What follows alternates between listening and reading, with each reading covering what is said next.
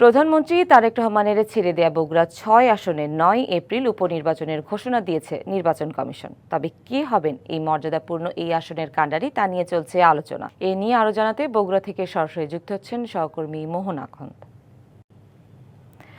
মোহন, বগুড়া ৬ আসনে উপনির্বাচন কি বলছে সাধারণ মানুষ, আলোচনায় আছেন কারা, জানাবেন।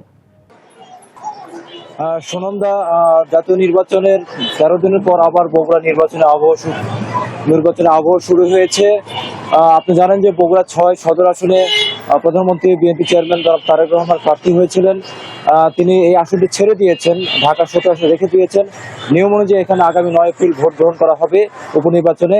তো এখানে উপনির্বাচনে প্রার্থী কে হবেন এখন নিশ্চিত না, তবে বগুড়ার নেতাকর্মী, বিএনপির এবং সাধারণ মানুষ চান জিয়া পরিবারের কেউ, অর্থাৎ প্রধানমন্ত্রী জনাব তারেক রহমানের স্ত্রী ডাক্তার জুবাইদুর রহমান অথবা তার কন্যা ব্যারিস্টার জাইমা রহমান, তাদের দুইজনে কে একজন প্রার্থী হন।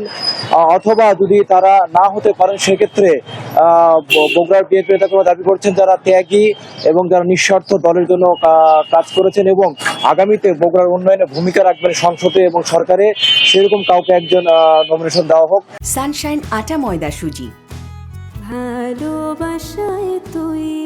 সেক্ষেত্রে বর্তমানে বগুড়া জেলা বিএনপি সভাপতি জনাব রেজাউল করিম বাদশা, সাবেক সভাপতি advocate Mahbubur Rahman, BNP chairman উপদেষ্টা হেলালুজ্জামান তালুকদার লালু, সাবেক সভাপতি সাইফুল ইসলাম, এরকম সহ এবং বিএনপি মিডিয়া সেল আহ্বায়ক ডক্টর পাভেল সহ অনেকের নাম কিন্তু নেতাকর্মীরা বলছেন যে যদি জিয়া পরিবারের কাউকে প্রার্থী করা না সম্ভব হয় সেক্ষেত্রে যেন এদের মধ্যে কাউকে একজনকে নমিনেশন দেওয়া হয়।